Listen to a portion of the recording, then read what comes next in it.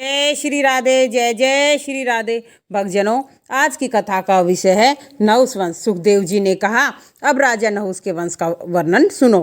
राजा नहुस के यति, ययाति, संयति, आयुति, व्युति और कीर्ति, ये 6 बेटे हुए थे। ये सारे नहुस के अधीन थे। यति ने राज्य ग्रहण ही नहीं किया, क्योंकि वह राज्य का परिणाम जानता था कि राज्य में प्रविष्ट होने पर आत्मा का ज्ञान नहीं होता। जब इंद्राणी का अपराध करने से अगस्त्य आदि ऋषियों ने नहुस को सुरग भ्रष्ट करा दिया और वह अजगर हो गया था, तब ययाति राजा हुआ।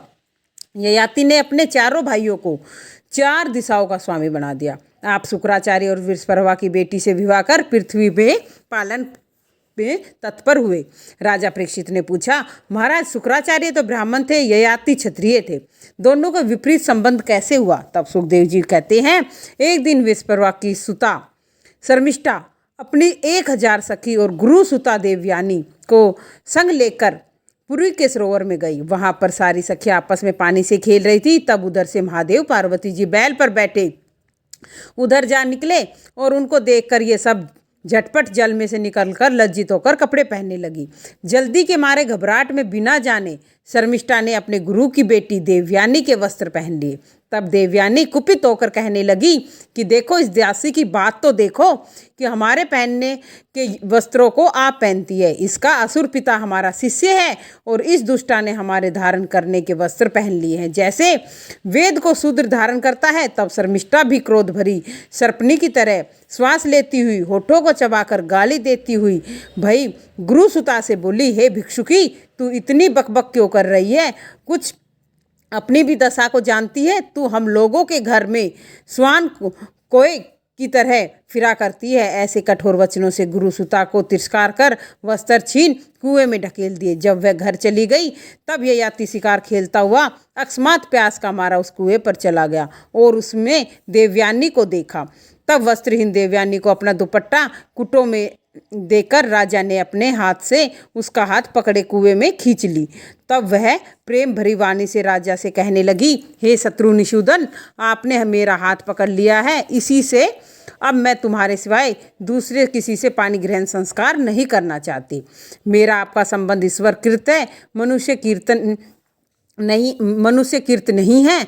इसी में पड़ी हुई मुझको आपका दर्शन हुआ है। ब्राह्मण मेरा पति न होगा, क्योंकि बृहस्पति के बेटे ने मेरे पिता से मृत संजीवनी विद्या पढ़ी थी। तब वह बोले कि तू गुरु की पुत्री है, इसलिए मैं तुमसे विवाह नहीं करूँगा। इस पर मुझे गुस्सा आ गया और मैंने भी श्राप दिया कि तेरी सारी विद्या निष्फल हो जाएगी। तब उसने मुझे श्राप दिया कि ब्राह्मण को नहीं ब्याही जाएगी। तब सुन ययाति की इच्छा नहीं थी, परंतु देव की प्रेरणा से उनका मन उसमें जा लगा और देवयानी का वचन स्वीकार कर लिया। और राजा के चले जाने पर रोती हुई देवयानी अपने पिता के पास गई और कुछ शर्मिष्ठा ने कहा था कि वह सब अपने पिता को बता दिया। जब शुक्राचार्य खीन मन से प्रोताइन की निंदा करते तथा भिक्षा कीर्ति को बुरी कहते हुए बेटी को लेकर पुर से बाहर चले गए। जब विश्वपर्वा ने यह वृत्तांत सुना तो वह गुरु के चरणों में गिर पड़ा और तब शुक्राचार्य बोले, हे राजन, जो कुछ देवयानी कहे वो ही करो, क्योंकि मैं अपनी बेटी को छोड़ना नहीं चाहता। तब विश्वपर्वा ने स्वीकार कर लिया।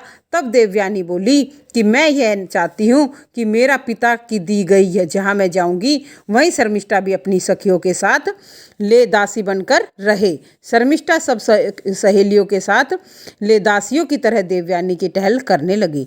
शुक्राचार्य ने अपनी बेटी देवयानी के संग शर्मिष्ठा ययाति को देखकर कहा, राजन, तू कदाचित अपनी सेज पर शर्मिष्ठा को मत रखना। हे राजन, देवयानी को संतान समेत देखकर शर्मिष्ठा का जी राजा की इच्छा किया करता था। एक समय स्त्री धर्म के अनुसार एकांत में उससे बोली।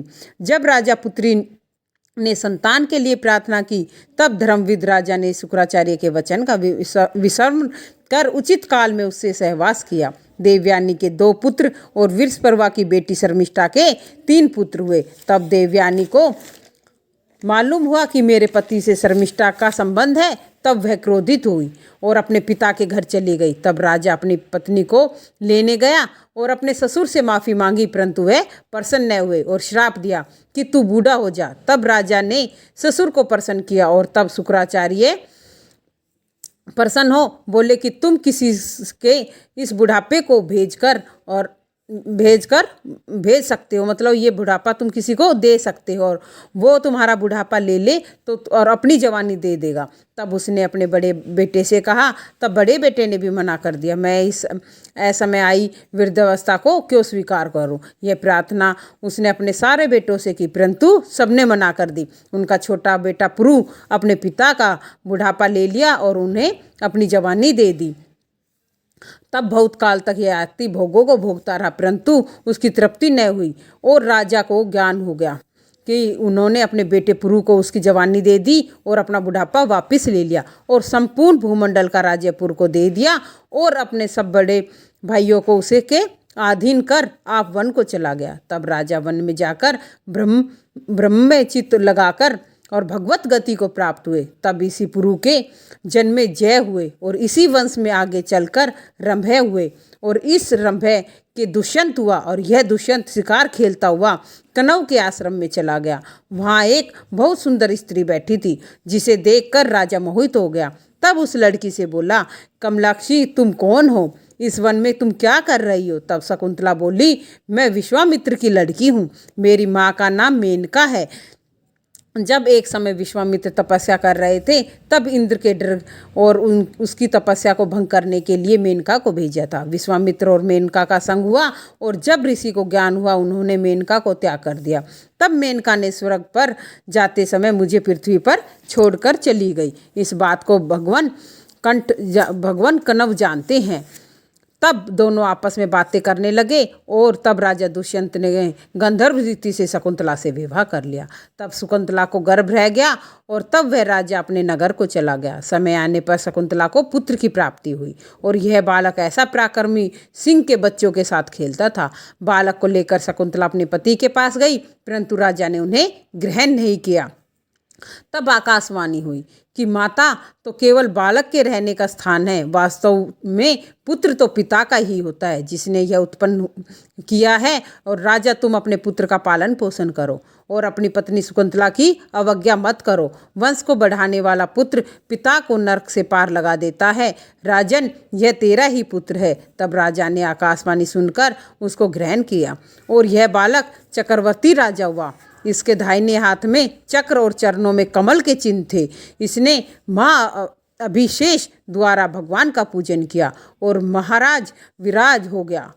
इस राजा ने गंगा के तट पर 55 यज्ञ किए, यमुना के तट पर 78 अश्वमेध यज्ञ किए। इस बालक का नाम भरत था और इसके ऐसे कर्म और किसी का राजा नहीं किया, किसी ने ऐसा राज्य नहीं किया। यह बहुत ही धार्मिक राजा था। इसके राज्य में प्रजा बड़े सुख से रहती थी। पृथ्वी में संपूर्ण रसादी उत्पन्न होते थे। इसने 27,000 वर्ष तक राज्य किया और इस राजा के 3 रानी हुई। राजा ने इन रानियों से कहा कि तुम्हारे पुत्र मेरे अनुकूल नहीं हैं। तब रानियों ने डर कर सभी बालकों को मार दिया, कहीं राजा हमको न त्याग दे। तब इस राजा का वंश नष्ट हो गया। तब वंश वृद्धि के लिए राजा ने यज्ञ किया जिससे मरुत देवताओं ने भारद्वाज नामक पुत्र दिया और जिसे राजा का वंश चला। यह बालक कौन है और कहाँ से आया था, इसकी छोटी कथा सुनिए। एक समय बृहस्पति ने अपने भाई की गर्भवती स्त्री से मैथुन करना चाहा। तब गर्भस्थ बालक ने कहा कि ऐसा मत करो, यह दूसरे बालक की जगह नहीं है। तब बृहस्पति ने उस बालक को श्राप दिया कि तू अंधा हो जा और वह दूसरा बालक भी रख दिया। तब बालक ने उसके लात मारी और वह बाहर जा गिरा। तब स्त्री को भय हुआ कि मेरा पति मुझे त्याग न दे, इसलिए उसने उस बालक को वहीं छोड़ दिया। तब बृहस्पति ने कहा, हमारा बालक है, तू इसका पोषण कर। तब स्त्री ने कहा, तेरा बालक है, तू ही पाल। तब दोनों की लड़ाई करने लगे। तब देवताओं ने कहा, यह बालक हम पालेंगे।